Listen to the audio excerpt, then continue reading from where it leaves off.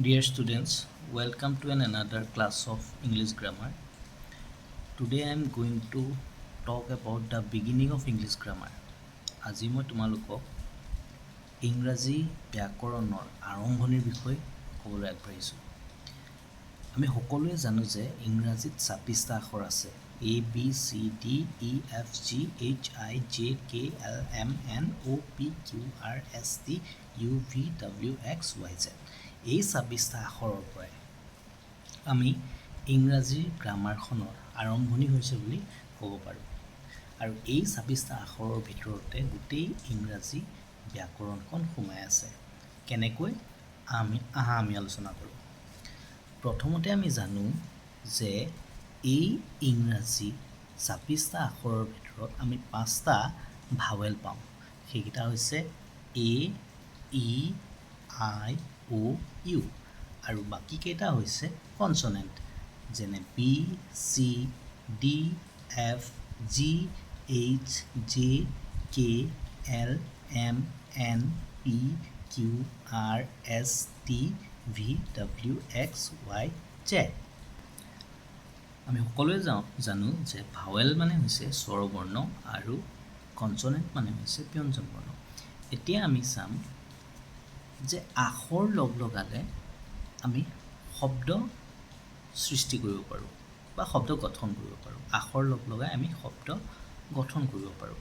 কিন্তু আখৰবিলাক আমি এনেধৰণে লগাব লাগিব যে এনেকুৱা এটা ছিষ্টেমত লগাব লাগিব যাৰ পৰা কিবা এটা অৰ্থ প্ৰকাশ হয়। আৰু যদি আখৰবিলাক আমি যধে মধে লগাওঁ তেতিয়া তাৰ পৰা কোনো যদি অৰ্থ নোলায় তেতিয়া তাক আমি ৱৰ্ড বা শব্দ বুলি ক'ব নোৱাৰোঁ। সেয়েহে আমি আখৰবিলাকক এটা ছিষ্টেমত লগাব লাগিব যাতে তাৰ পৰা এটা অৰ্থ প্ৰকাশ পায়। এতিয়া উদাহৰণস্বৰূপে যদি আমি B, D, E এই তিনিটা আখৰ লগাওঁ, এই তিনিটা আখৰ লগাই আমি ইয়াক ৱৰ্ড বুলি ক'ব নোৱাৰিম। কাৰণ ইয়াৰ পৰা কোনো ধৰণৰ অৰ্থ ওলোৱা নাই।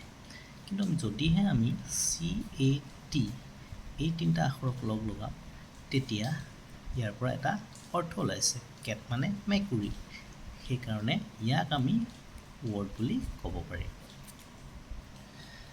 এনেকৈ আমি এই 26টা আখৰৰ পৰাই লাখ লাখ কোটি কোটি ৱৰ্ড বা শব্দ আমি গঠন কৰিব পাৰোঁ।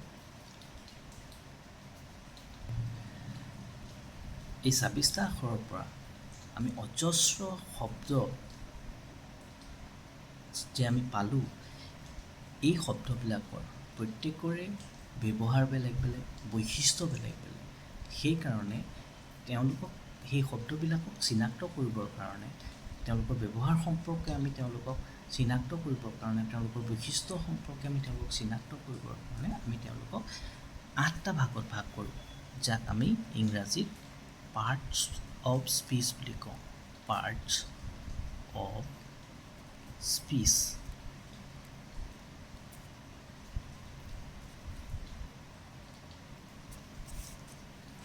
পাৰ্টছ অফ স্পীচ যাক অসমীয়াত পদ বুলি কোৱা হয়। পদ মানে হৈছে শব্দ। পাৰ্টছ অফ স্পীচ, স্পীচ মানে বাক্যৰ অংশ অৰ্থাৎ শব্দ। আমি পাৰ্টছ অফ স্পীচ 8 প্ৰকাৰৰ পাওঁ।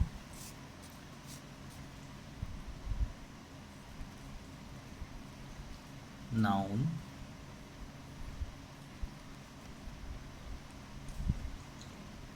pronoun, verb,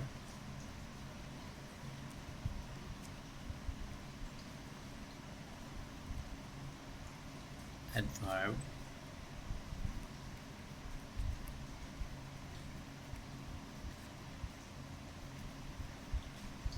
adjective,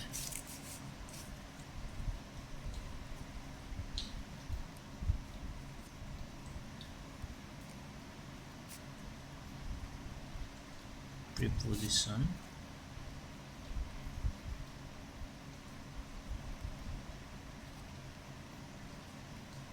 conjunction,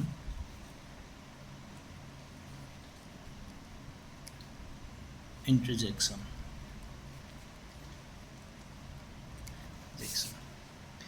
এই আমি 8 প্ৰকাৰৰ আমি পাৰ্টছ অফ স্পীচ পালোঁ। এই 8 প্ৰকাৰৰ পাৰ্টছ অফ স্পীচতে এই 26টা আখৰৰ পৰা আমি যিমানবিলাক শব্দ বাহিৰ কৰিম সেই সকলোবিলাকে ইয়াত সোমাই থাকিব। কোনোবা এটা শব্দ হয়তো কিছু শব্দ হয়তো নাউনত পৰিব, কিছু হয়তো প্ৰনাউনত পৰিব, কিছু হয়তো ভাৰ্বত পৰিব, কিছু শব্দ হয়তো এডভাৰ্বত পৰিব, কিছু এডজেক্টিভত পৰিব, কিছু প্ৰিপজিশ্যনত পৰিব, কিছু কনজাংশ্যনত পৰিব, কিছু ইণ্টাৰজেকশ্যনত পৰিব।